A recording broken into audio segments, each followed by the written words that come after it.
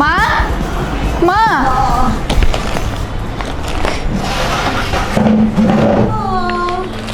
মা, তোমার কষ্ট হইতেছে? মা, এই দেখো, আমি তোমার জন্য ওষুধ আনছি মা। তোমার আর কষ্ট হবে না মা। এই ওষুধটা খাইলেই তুমি ভালো হয়ে যাবা মা। বাবা নাই তো কি হয়েছে, আমি আছি না, তুমি কোনো চিন্তা করবা না। আমি তোমার সব ওষুধ ম্যানেজ করব। আর কয়েকদিনের মধ্যে তুমি দেখবা আমি একটা চাকরির ব্যবস্থা কইরা ফেলাম। তুমি ওষুধটা খাইলেই ভালো হয়ে যাবা মা।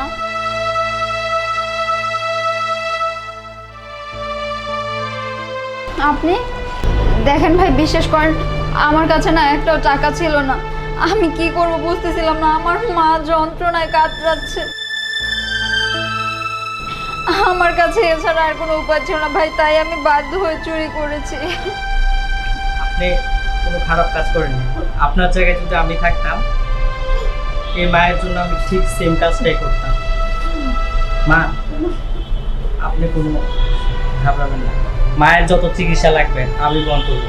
ছোটবেলায় আমি যখন স্কুলে পড়ি, ক্লাস 1 পড়ি, আমার মা মারা যায়। তখন মা মারা যাওয়াটা আমি বুঝি।